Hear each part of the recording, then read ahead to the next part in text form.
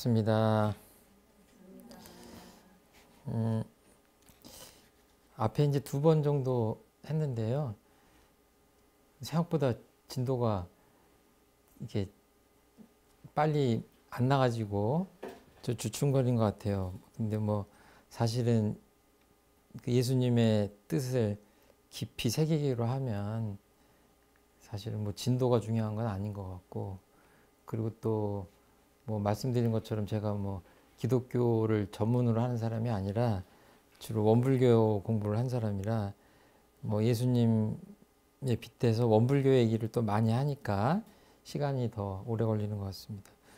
그 앞에서 얘기를 다 드린 거긴 한데 조금만 더 그 저번 시간에 한 거 회개에 대한 이야기를 잠깐 하고 넘어가도록 하겠습니다.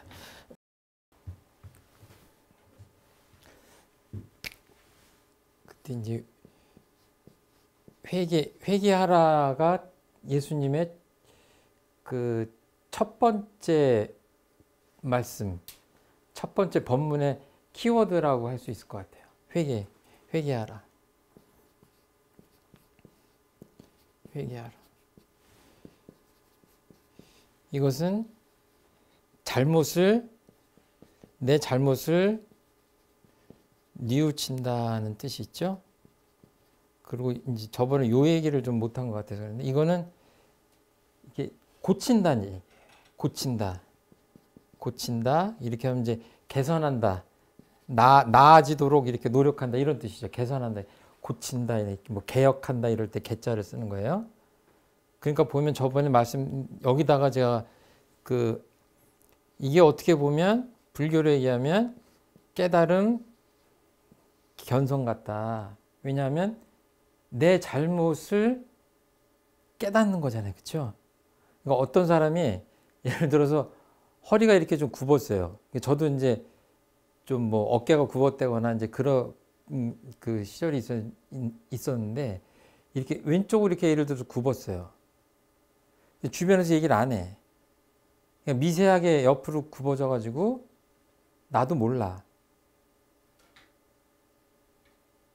그럼 이 사람은 이 허리를 언제 똑바로 필 수 있어요? 누군가 가르쳐 주든가, 의사 선생님이 가르쳐 주든가, 누가 친한 사람이 뭔가 자세가 이상한 것 같다라고 알려줘야 깨닫는 거죠. 아니면 자기가 거울을 보고 깨닫든가. 그러지 않으면 이거를 늦게 깨달으면 어떻게 돼요? 나중에 몸에 탈이 나는 그 순간 깨닫게 되죠. 그러니까 뭐예요? 그러니까 뭐 고통을 다 겪은 다음에 깨달으면 뭐예요? 너무 늦는 거죠.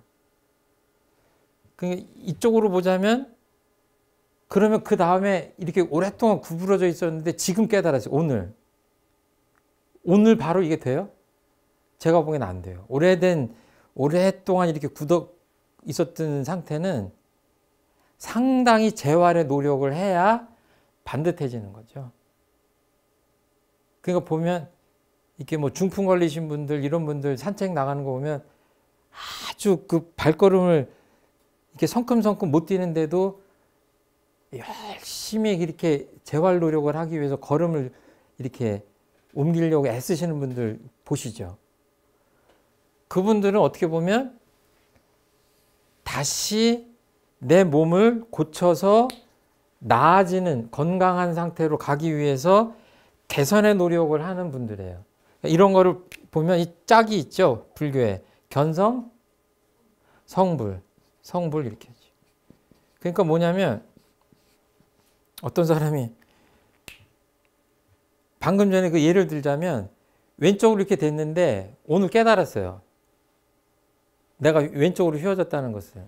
그런데 뭐예요? 노력을 안 해. 똑바로 쓰려고 하는 노력을 안 해. 예를 들어서. 아주 그 작은 예를 들었는데 모든 그 인간 그 삶에 적용할 수 있어요. 제가 나도 모르게 오랜 습관이 있었어요. 보이지 않는 마음의 어떤 습관이 있었어요. 그냥 내비두면 몰라요. 그 사람 뭐예요? 회개하지 않는 사람이에요. 둘로 나눠보자면 잘못인지도 모르는 거예요. 잘못인지를 알아야 되고, 저번에 제가 그 기준이 뭐냐 그러면서 견성 얘기를 했는데, 잘못된 것을 알았다면 그 다음에 어떻게 되죠? 개선을 하려고 하는 노력을 부단히 해야 되는데, 만약에 이 견성 성불로 보자면 그래서 오히려 견성은 쉽지만 이 노력은 성불의 노력을 더 많이 기울여야 된다라고 대종사님께서 말씀하시는 게 의미가 있으신 거죠. 그런데 일단은 내가 잘못 살고 있는지를 돌아볼 줄 알아야죠. 그거를 못하면 그 다음 노력은 자연히 따라올 수 없는 거죠. 그러니까 내 잘못을 깨닫는 게 중요하다. 그러면 누가 잘 깨닫느냐? 뭐랄까요? 우리 식으로 하면 마음 공부를 잘 하는 사람. 왜냐하면 내가 나를 돌아보는데 내 마음이 탁하면 내가 나를 제대로 볼 수 없죠. 그러면 그 사업을 하거나 인간관계를 하거나 뭐 여러 가지를 하는데 나아질 수가 없는 거죠. 아, 내가 잘못 살았구나라고 해야 되는 거죠. 그러니까 뭐예요? 어떻게 보면 회개를 많이 하면 할수록 뒤에 노력을 계속 거기에 부응해서 한다면 회개를 하면 할수록 우리 삶은 나아지는 거죠. 그러니까 이게 저도 맨 처음에 몰랐을 때는 회개하라 그러면 마치 무슨 살인을 저지르거나 무슨 뭐 강도를 하거나 절도를 하거나 이렇게 큰 죄를 지은 사람만이 회개를 하는 것 같은 그런 느낌을 가졌었는데 사실은 그건 아니에요. 그러니까 이렇게 확대를 해서 보면 어때요? 회개는 저번 시간에 했지만 늘 해야 돼요.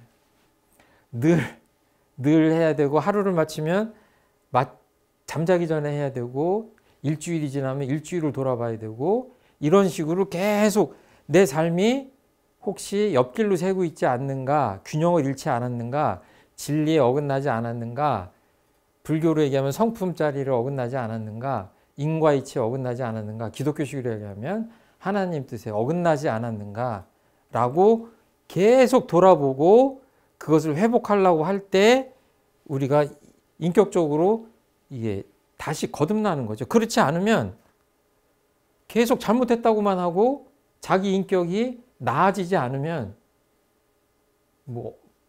그러니까 다시 허리가 굽어지는 거나 마찬가지죠. 그렇게 보면 될 것 같아요. 그래서 어떻게 보면 이 불교의 견성 성불이나 이런 것들하고 이렇게 일맥상통하는 게 있지 않나 이렇게 생각을 합니다. 제가 이 본문을 다 못 읽더라도 양해해 주시고 이렇게 집에서 잘 읽어주세요. 어부 4사람을 요즘 말로 하면 스카우트 하십니다. 제자로. 예수께서 갈릴리 호숫가를 지나다가 갈릴리 바다라고 하는데 사실은 바다가 아니랍니다. 굉장히 커가지고 바다처럼 보여서 바다라고 하는데 호수가 맞아요. 그물을 던지고 있는 어부 시몬과 그의 동생 안드레아를 보시고 이 표기들은 그 성경 그 판이 바뀔 때마다 조금 달라요. 그 부름이. 그리고 시몬은 나중에 이제 베드로라고 불리죠. 나를 따라오너라. 그러니까 아주 이제 압축돼 있죠. 뭐 다짜고짜 이렇게 말씀하신 것 같은데 내가 너희를 사람 낚는 어부가 되게 하겠다. 이거는 우리식으로 얘기하면 교화하는 사람이죠. 그러니까 무슨 해코지가 아니라 여기서 보면 그 다음에 어떤 문장이 나오면 그들은 그냥 곧바로 그물을 버리고 예수를 따라갔다. 그러니까 신심의 바탕에서 본다면 제자 된 도리는 좀 본받을 필요가 있는 것 같아요. 따라와라. 가자 이러면 어떻게 해야 돼요? 그 바다에 그 호수에 고기가 가득하고 지금 그물이 뺑뺑해도 어때요? 그물을 놓고 따라가는 게 맞죠. 그게 대고 그물은 섭니다. 그러니까 어떻게 보면 그 우리 사막 중에 취사라고 있죠. 작업 취사라고 하는데 이건 취한다는 취자고 이거는 버린다는 사자죠. 작업 취사 그럴 때 결국은 우리가 공부를 한다고 하는 것은 어떤 선택의 순간, 결정의 순간에 뭔가 지혜로운, 정의로운 그 결정을 한다고 하는 거죠. 그럼 뭐예요? 이분들은 이 어부들은 뭘 버렸어요? 그물을 버렸고 예수님을 취하신 거예요. 그러니까 어떻게 보면은 심통 제자로 이렇게 곁에서 늘 함께 하는 제자가 된 것 같아요. 그래서 우리도 뭔가 고귀한 일을 하고 좀 더 나아지는 삶을 살려고 하면 뭔가를 희생해야 되겠다. 나를 따라오라 라고 이렇게 하셨는데 사실은 뭐 육신으로 이렇게 졸졸졸졸 따라다닌다고 그래서 예수님의 심통제자가 되는지는 잘 모르겠어요. 이게 사실은 뭐 전체적으로 그 마가복음을 공부를 하지만 제가 상정하고 있는 우리 청중 시청자가 우리 교도님들이시기 때문에 원불교 얘기를 계속 하는데요. 대종사님도 이런 비슷한 말씀을 하세요. 따라오라는 표현을 하신 대목이 뭐가 있냐면 내가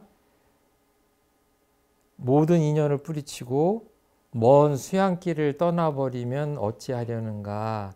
그때는 아무리 나를 만나고자 하나 그리 쉽지 못하리라. 나를 따라오기 힘들 것이다 라고 얘기하시는 거예요.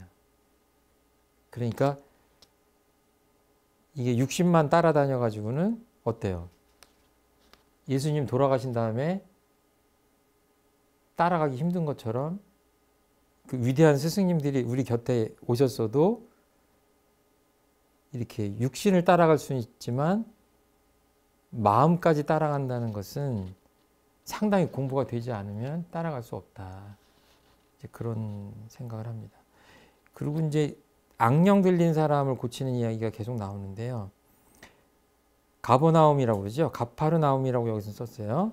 안식일에 예수께서 회당에 들어가 가르치셨는데 그러니까 요즘 표현으로 하자면 소태산 대종사가 아무 무슨 신분도 별것이 없고 이런 상태에서 큰 무슨 해인사나 송광사 같은 데 가서 법문을 하시는 거나 비슷한 상황이다.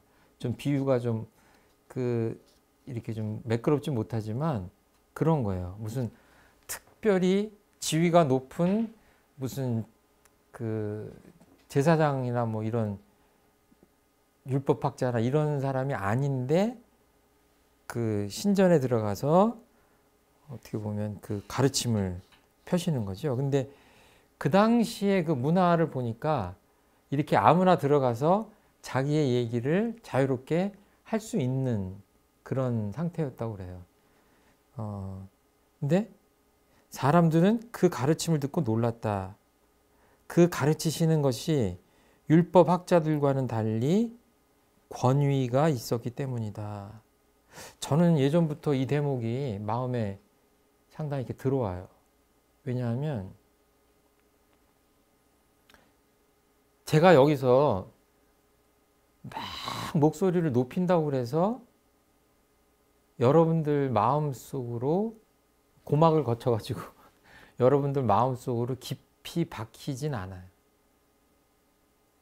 그리고 권위라는 게 사실은 외형적 권위가 없는 상태거든요. 지금 예수님이 나이가 뭐 30대 초반 뭐 초중반 요 정도 된 젊은 사람이고 사실은 특별한 무슨 직책 이런 게 없잖아요. 지위가. 그러니까 예를 들어서 지금도 뭐 교황이 오셨다. 추기경이 오셨다. 하는 것하고 아무 이름도 없는 사람이 하나님의 소식을 전하는 거하고 비교가 되지가 않잖아요. 그런데 듣는 사람들이 놀랄 만큼 권위가 있는 거예요. 어떻게 보면 그 마음과 마음에서 그 전해지는 그 힘이 있는데 그게 보통 사람들하고는 완전히 달리 느껴지는 거예요.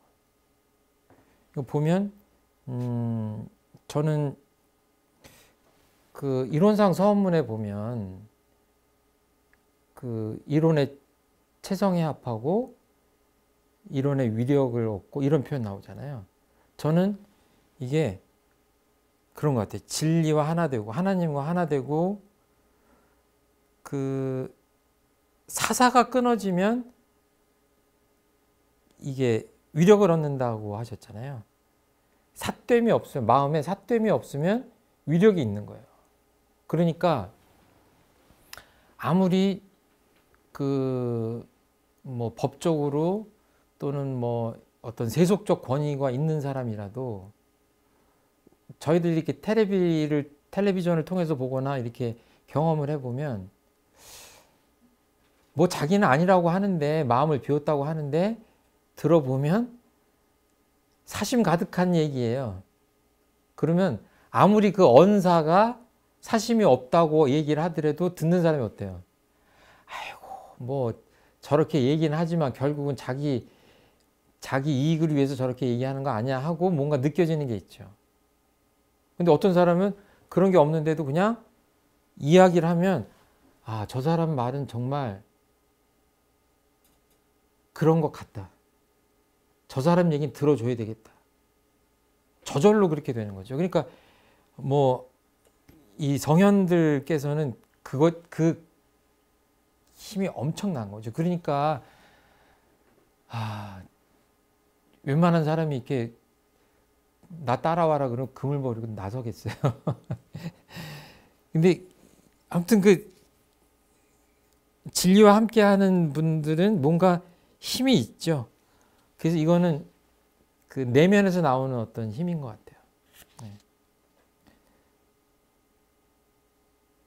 그럼 이제 그런 거를 알아보는 거는 우리 안에도 하나님이 계시고 뭐 불성 이런 것들이 있기 때문에 이심전심이 되는 게 아닌가 이렇게 생각합니다.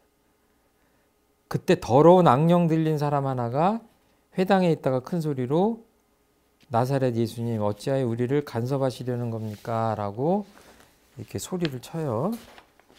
나는 당신이 누구인지 압니다. 당신은 하느님께서 보내신 거룩한 분이십니다. 라고 외쳤다. 근데 보면 성경을 통틀어서 예수님이 하나님이 보내신 아들이라고 바깥 사람이 인정을 한 것은 이 제자들 빼고 이 악령들하고 그 못 박혀 돌아가실 때 그 옆에 있었던 백부장이라는 그 사람하고 사실은 그 두 케이스밖에 없다. 이런 얘기들을 해요. 그게 팩트입니다. 그러니까 좀 어떻게 보면 참 아이러니컬하죠. 그렇다고 당신 입으로 또 그렇게 예수님께서 말씀은 안 하세요. 그러니까 그런 거죠.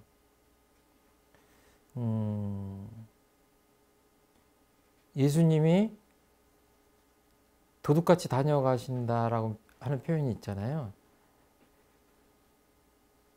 그렇게 소리 없이 다녀가시면 사람들이 몰라보는 거죠. 몰라보는 거예요. 알아볼 수가 없어요. 무슨 표식이 없기 때문에. 그 악령에게 얘기를 합니다. 입 다물고 이 사람에게서 나가거라. 듣기 싫다는 얘기예요. 나가라 빨리. 근데 이제 이런 것들이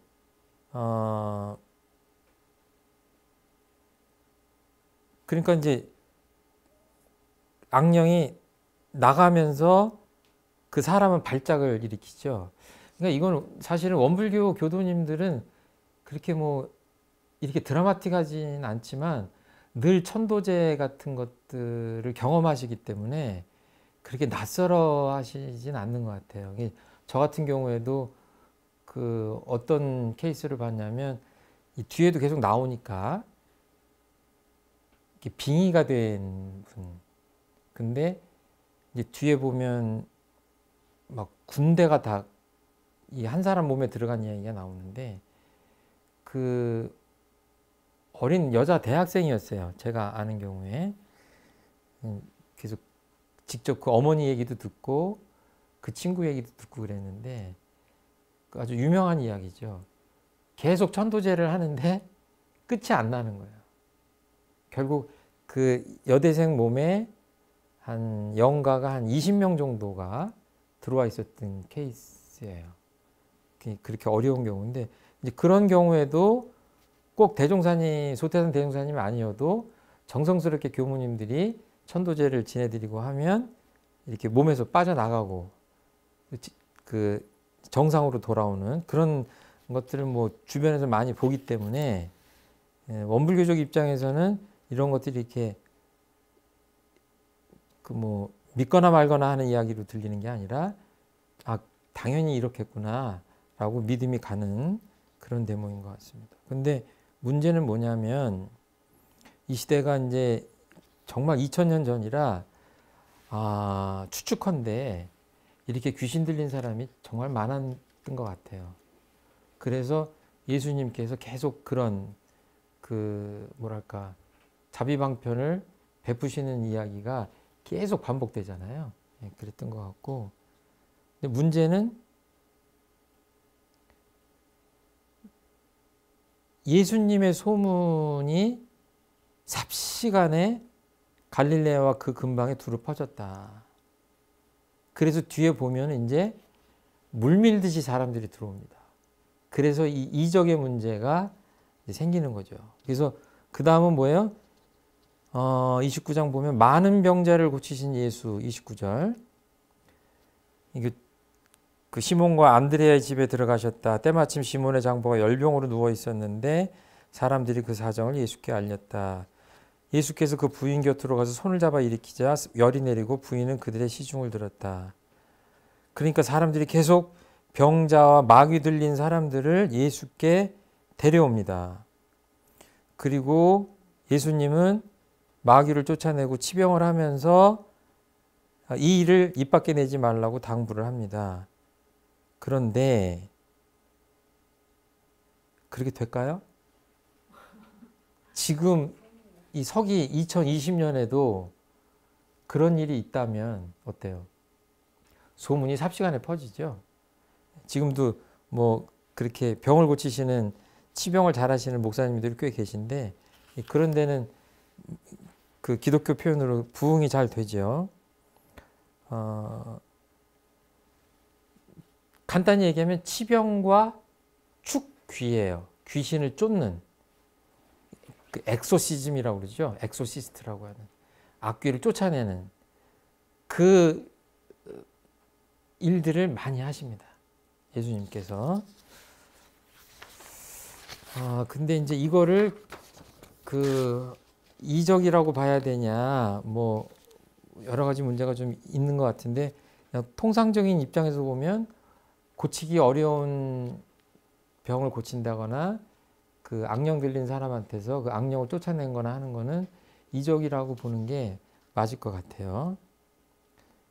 근데 아무튼 약간의 차이가 있는 거는 대종사님이 그 영을 대하는 태도는 뭐랄까요? 그냥 좀 나가게 하고 하더라도 그 천도제라는 그 과정을 보면 가르치시죠. 이게 쫓아내는 스타일이 아니시라 그 상태에서 똑같이 사람한테 하듯이 차근차근 가르쳐요. 차근차근 그 생과 사에 대한 도리, 인과에 대한 것, 네가 어떻게 해야 된다고 하는 것, 이런 그 인과의 이치와 생사의 이치를 차분하게 조곤조곤 가르칩니다. 그렇게 해서 그 영들이 그 가르침을 들으면서 깨달으면서 아, 내가 이렇게 다른 사람 몸에 있으면 안 되겠구나라고 깨달음을 얻고 가게 만드는 그런 구조로 천도식이 진행이 되는 것 같아요. 그래서 뭐 근본적으로야 크게 보면 같겠지만 그 주된 내용들을 보면 그런 차이점은 있는 것 같아요. 이런 일들을 하시면서 틈틈이 어때요? 다음날 새벽 예수께서는 먼동이 트기 전에 일어나 외딴 곳으로 가시어 기도하고 계셨다. 저번에도 이런 장면 나오죠. 광야로 나가시고. 그러니까 굉장히 짧은 기간이지만 예수님께서 어떻게 보면 그 심신간에 굉장히 그 수고로운 일들을 하시죠. 계속 대중들이 몰려드는데 아픈 사람, 귀신 들린 사람 거기에 대해서 치료하고 축귀하고 막 이렇게 하려니까 그것만 하시는 게 아니죠. 그게 주가 아니죠, 사실은. 하나님의 가르침을, 소식을 계속 가르치시죠. 그리고 또 그 저녁에 제자들하고 그 숙소로 돌아가면 좀 쉬운 표현을 하면 개인 레슨 해주잖아요. 우리 말로 문답감정을 또 계속 하는 거예요. 낮에는 비유로 말씀하시고 밤에는 이렇게 문답감정을 해주시고 그러니까 정말 힘드신 일과를 계속 하시니까 그러는 과정에도 새벽에 일어나셔서 호젓한 곳에 가셔서 외딴 곳에 가셔서 기도를 하시는 거죠. 저희들 우리 입장으로 보면 아침에 어떤 시간이죠? 우리는 수양정진 시간이에요. 마음을 비우는 시간입니다. 저녁에는 참회를 해서 마음을 비우고 그러니까 원래의 우리 본연의 마음 나라고 하는 것 뭐 탐진치 이런 것들로부터 어떤 기억, 고정관념 이런 것들로부터 물들지 않은 상태에 그냥 원래 갖고 나온 품부받은 그 자리로 돌아가기 위해서 저녁에도 마음 청소하고 아침에 일어나도 수양을 해서 그 마음으로 가는 거죠. 어떻게 보면 예수님이 이렇게 하나님하고 함께하기 위해서 외딴 곳으로 가서 기도하시는 것과 저희들이 아침에 수양정진하는 것과 외형적으로는 다를지 모르지만 같은 맥락이 아닌가 이렇게 생각을 합니다. 그래서 쭉 여기 보면 모두들 선생님을 찾고 있습니다. 그러니까 이때는 그 호칭도 그때그때 달라요. 예, 선생님이라고 했다가 초기에 소태한 대종사님도 마찬가지죠. 대종사님이라고 그러지 않았죠. 뭐 이렇게 불렀다 저렇게 선생님으로 불렀다가 종사주로 불렀다가 뭐 여러 가지로 불러요. 이때만 해도 예수 그리스도라는 말이 이렇게 정착되지 않은 거죠. 돌아가신 다음에나 이제 그렇게 되는 건데 이 근방 다음 동네에도 가자. 거기에서도 전도해야 한다. 나는 이 일을 하러 왔다. 예, 그래서 정말 그 다른 성자분들도 이렇게 열성적으로 하셨지만 예수님께서 이렇게 열성적으로 하셨기 때문에 지금 제자분들이 참 열성적으로 전도를 많이 하셔서 그 세계적인 주교가 되지 않았나 이렇게 생각해요. 그 다음에 여러 가지 치병의 그 어떤 이적을 보이시는데 위력을 보이시는데 여기 이제 나병 증세에 걸린 사람이 오지요. 근데 그에게 손을 갖다 대시며 그렇게 해주겠다. 깨끗하게 되어라 이렇게 하니까 나병 증세가 사라졌다. 그리고 이제 아무에게도 말하지 말고 다만 사제에게 가서 내 몸을 보이고 모세가 정한 대로 예물을 드려 내가 깨끗해진 것을 그들에게 증명하여라. 이렇게 그 어떻게 보면 구체하게 몇 가지 설명을 하시는 이유는 뭐랄까요? 예수님은 즉각적으로 고쳐버리신 거예요. 근데 그때의 그 종교적 상황으로 보면 그렇게 해서는 안 되고 그 당시의 율법이나 종교적 의례에 따라서 절차를 밟고 회당에 나가 사제 그 어떤 의식에 따라서 해야 되고 그것들을 또 그 도월 선생님이 해석한 거 보면 굉장히 복잡한 이런 병이 나면 뭐 그 희생 동물 같은 거 귀중한 동물도 뭐 몇 마리씩 바쳐야 되고 복잡해요. 그냥 병이 아니에요. 그 종교적인 절차도 복잡하고 그 보상도 복잡해요. 근데 지금 어떻게 됐어요? 그거를 생략한 거예요. 그러니까 예수님께서 뭐예요? 고쳐놓고도 걱정스러우신 거야.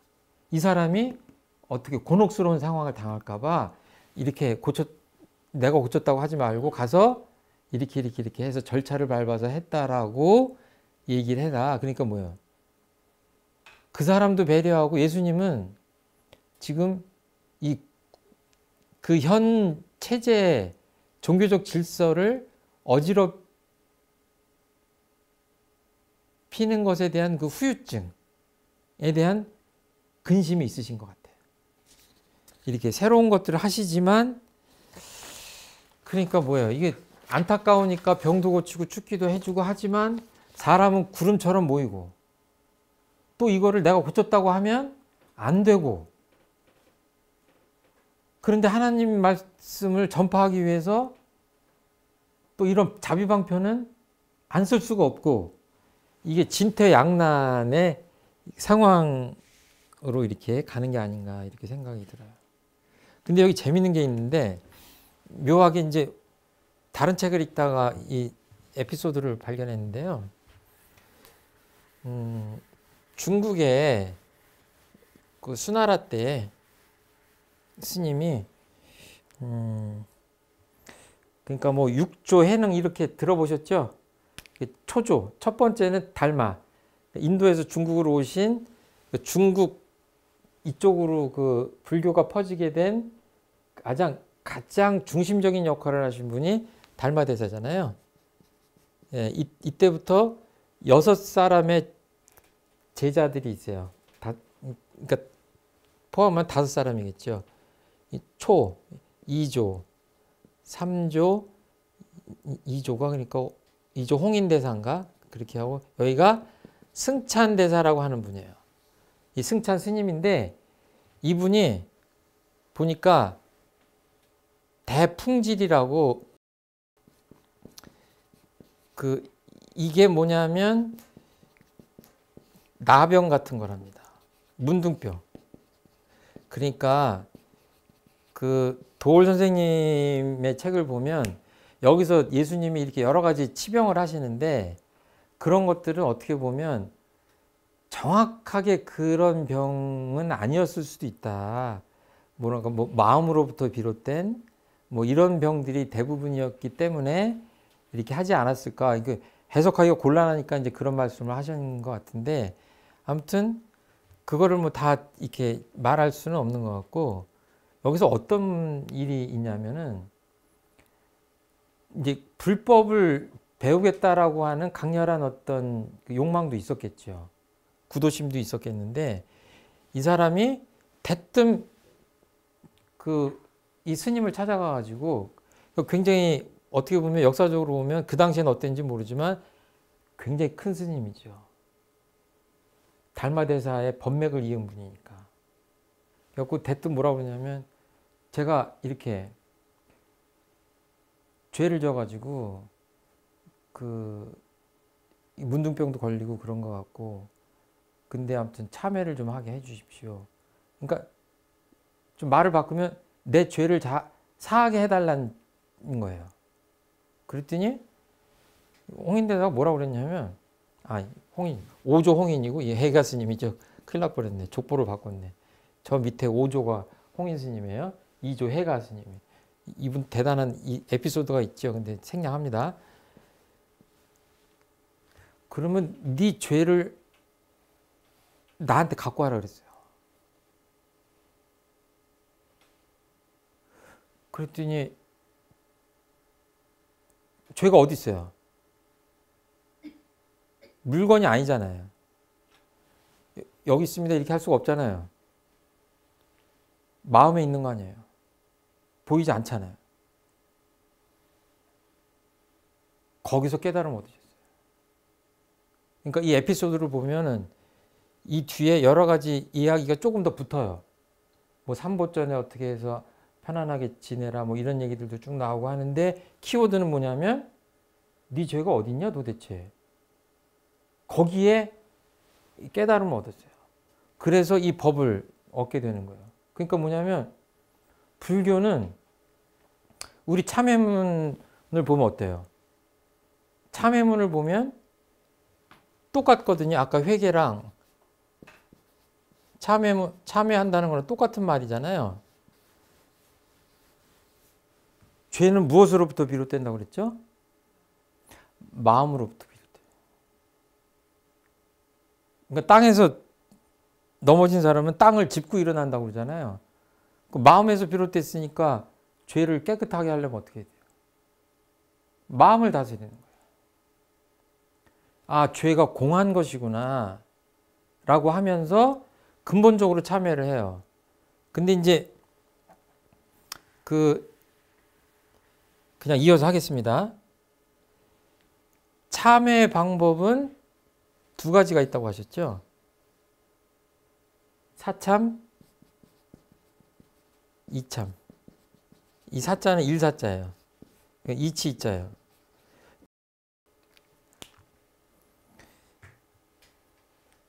그러니까 이거는 쉽게 얘기하면 그런 거예요.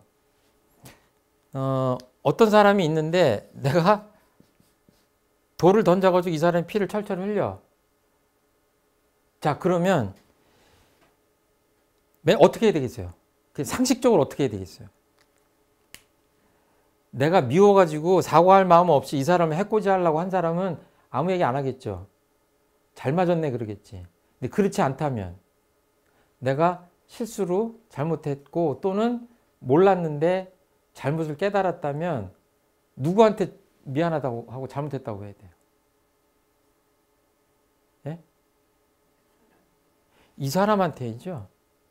상처받고 피를 흘리는 사람한테 잘못했다고 해야 돼요. 그런데 이게 그러니까 어떻게 보면 사참이에요. 잘못했다고 죄를 빌 사람은 여기에요. 그런데 내가 무의식적으로 어떤 행동을 했는데 이 사람한테 평생 어떤 상처를 줘가지고 이 사람이 잘못됐어요. 근데 이 사람이 잘못된 거를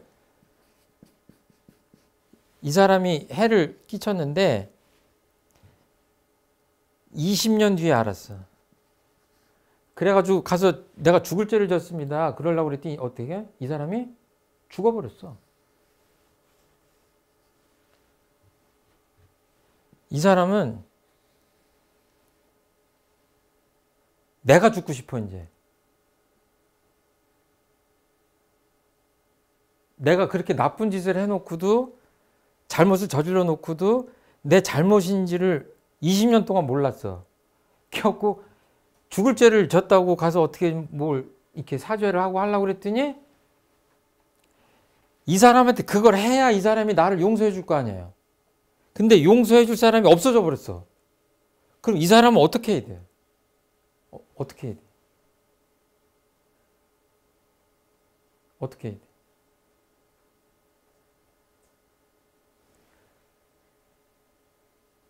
그때 이참을 해야 돼. 내 마음 안에서 내가 내 죄를 내가 사해야 돼요. 어떻게 보면. 그리고 예를 들어서 내가 이런 어떤 잘못을 했다 그러면 이 사람한테 하고 싶은 마땅히 해주고 싶은 것과 같은 종류의 일을 또 다른 사람한테 하면 되겠죠. 그러니까 뭐예요? 그 부모 보훈 조목 같은 데 가면 부모님한테 효도를 살아계실 때 불효만 했어. 근데 돌아가시고 나니까 아휴 내가 잘못했네. 살아계실 때 잘할 걸. 그런데 돌아가셨어. 그럼 그 사람 어떻게 해야 돼요? 묘를 막 크게 만들어 드리면 돼요.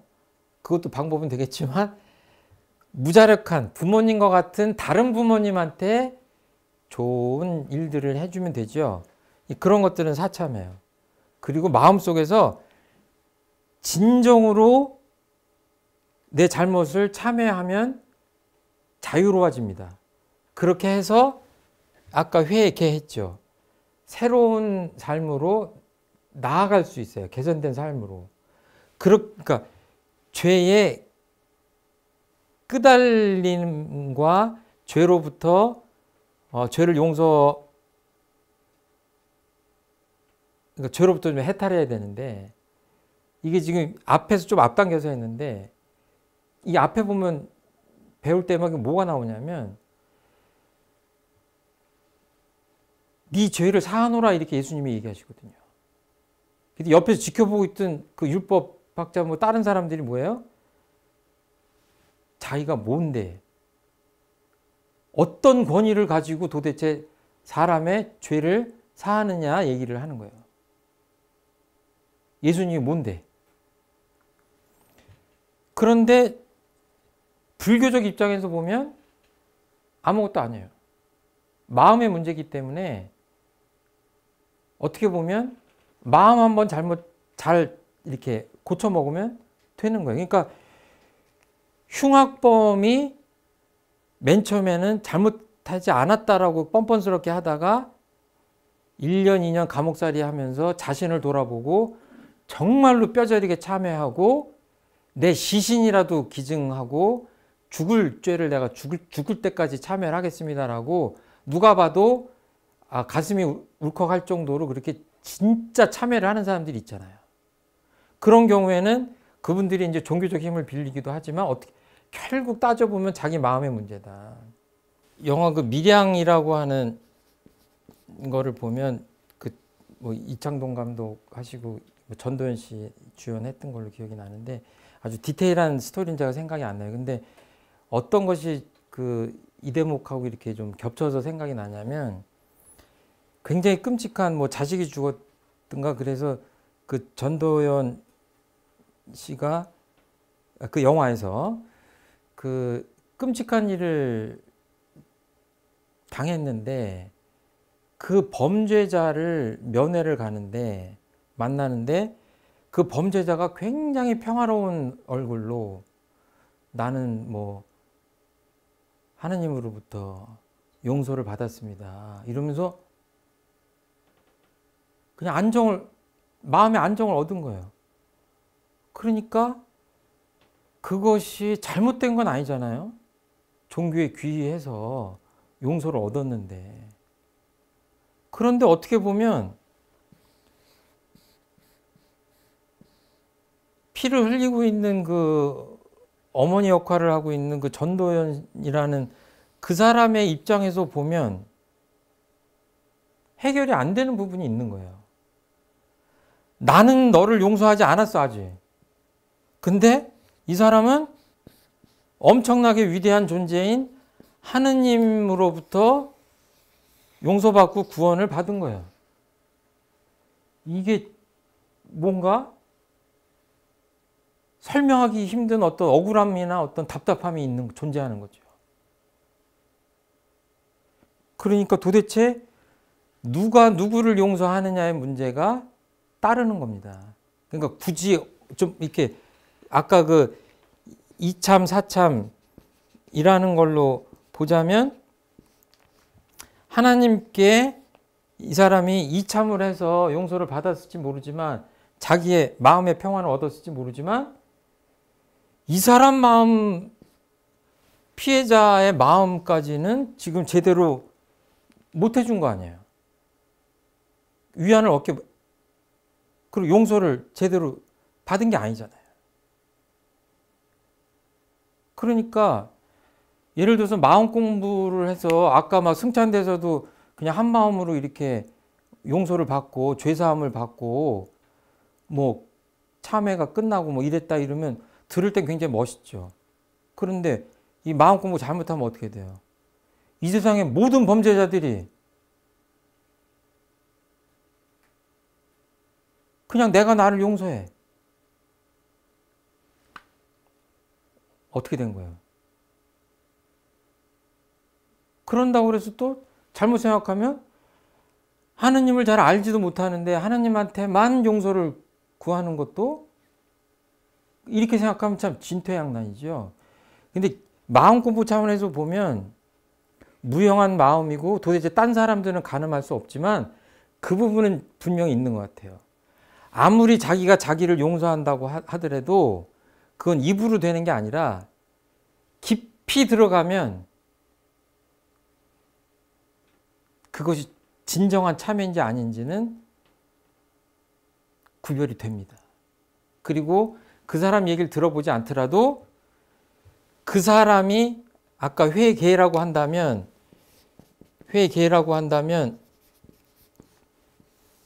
뉘우치고 뭔가 새로운 삶을 살아야 되잖아요. 그러니까 새 삶을 개척하는 초보다, 새 생활을 개척하는 초보다 참회문에 소태한 대종사님이 이런 말씀 하셨어요. 참회를 했다고 하는데 그 사람 사는 거 보니까 옛날 꼬라지하고 똑같아. 예를 들어서. 그래 놓고 참회했다고 그래. 그건 뭐예요? 자기가 자기를 속이는 거예요. 그러니까 뭐 내 마음대로 자기가 뉘우치고 뭐 했다.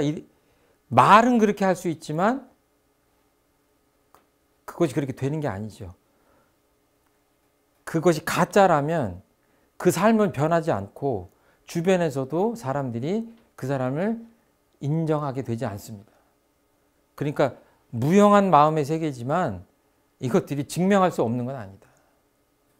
어떤 사람은 그러잖아요. 그런 얘기를 아무 얘기도 안 하지만 달라진 새로운 삶을 살잖아요. 개과 천선한다고 그러죠. 그러면 어떻게 돼요? 세월이 가면 사람들이 다 저 사람이 정말 새 사람이 됐구나.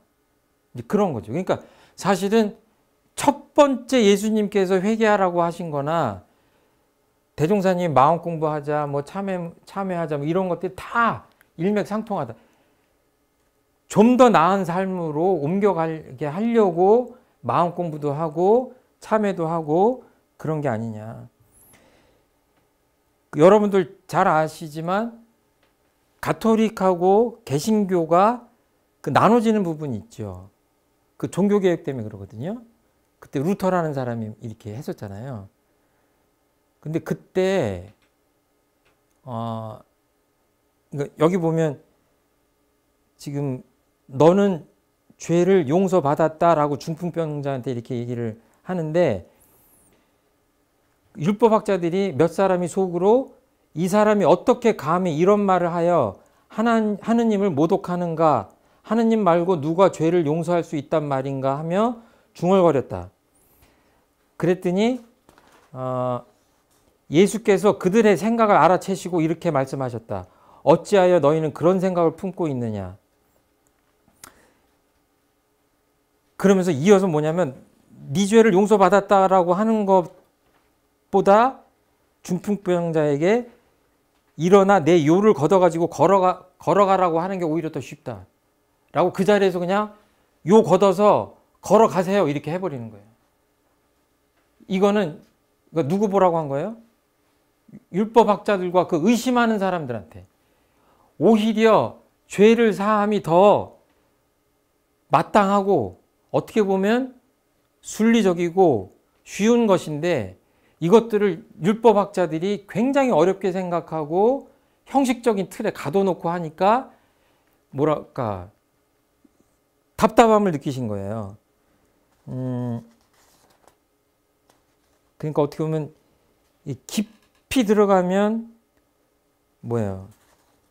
일체 유심조되는 이치가 있다. 이렇게 볼 수도 있고 어떻게 보면 우리 마음 공부하는 사람 입장에서는 우리들의 마음이 내가 아는 것보다 훨씬 더 내 마음이 엄청난 위력을 갖고 있다라는 것들을 좀 다시 상기해야 될 것 같아요. 그러니까 모든 부처님들과 성현님들께서 불교적 입장에서 본다면, 원불교적 입장에서 본다면 마음 하나를 깨달아서 마음에 공을 들여서 성현과 부처가 되셨기 때문에 그 핵심을 잊지 말아야 되겠다. 이제 그런 생각을 합니다. 그러니까 이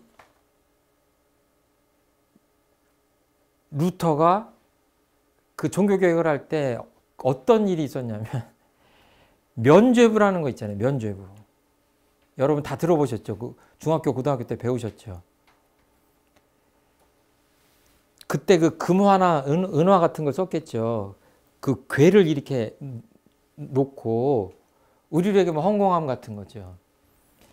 거기다가 이렇게 그 금화 같은 걸 넣어서 넣으면 떨어지면서 소리가 나겠죠. 덩그렁하고. 그 소리가 네 죄를 사할 것이다 라고 성직자들이 면죄부를 팔아먹은 거예요. 그러니까 이것만이 아니라 이건 굉장히 자극적인 예고 여러 가지 문제가 있었기 때문에 뭐 99가지인가 몇 가지 95가지인가 그 개혁을 해야 된다라고 하는 거를 막 인쇄에다가 해서 그 교회에다 뿌리고 팜플렛을 뿌리고 해서 그 종교개혁이 불이 붙기 시작했는데 이제 지금 네 죄를 사하노라 하니까 뭐예요? 면죄부가 지금 그거예요. 네 죄를 사하노라 그러는데 어떠세요? 돈으로 죄가 사해집니까?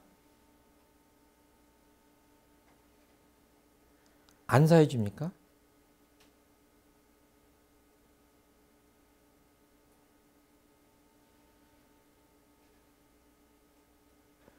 정확히 표현하면 돈만으로는 안 된다 같아요. 정말 평생에 모은 돈을 좋은 데 써달라고 희사를 할 때 그 돈에는 뭐가 있어요? 그 돈을 모은 사람의 마음이 들어있잖아요. 그런데 그런 거 말고 그냥 덜렁 돈 많은 사람이 그냥 수표 몇 장 하고 평생에 지은 죄를 면제받겠다? 면죄, 부를 사서? 그건 있을 수 없다고 본 거예요. 있을 수 없다고 본 거예요. 그러니까 조심스러운 얘기지만 지금도 매스컴을 보면 그러게요. 좀 뭐 소수의 얘기긴 하지만 뭐 성직자들이 퇴직을 하는데 뭐 수억 원의 그 퇴직금을 받는다거나 정말 그 사리사욕을 채워서 개인의 재산을 명품으로 치장을 하고 고급 승용차를 타고 이게 과연 예수님이나 다른 성자님들의 삶과 어울리는 일인가를 생각해 보면 그건 아닌 것 같아요. 그러니까 이 죄사함 용서받고 하는 것에 뭐랄까요, 그 이치적인 진리적인 깨달음 이런 것들에 좀 깊이 생각하지 않으면 잘못된 쪽으로 용서받고 상대방은 피 흘리는데 나는 아무렇지도 않다거나 또는 돈으로 물질적인 것으로 그 죄를 면하려고 한다거나 이런 것들은 인과이치에 맞지 않다. 그런 생각을 합니다. 오늘은 여기까지 하겠습니다. 부족한 말씀 들어주셔서 감사합니다.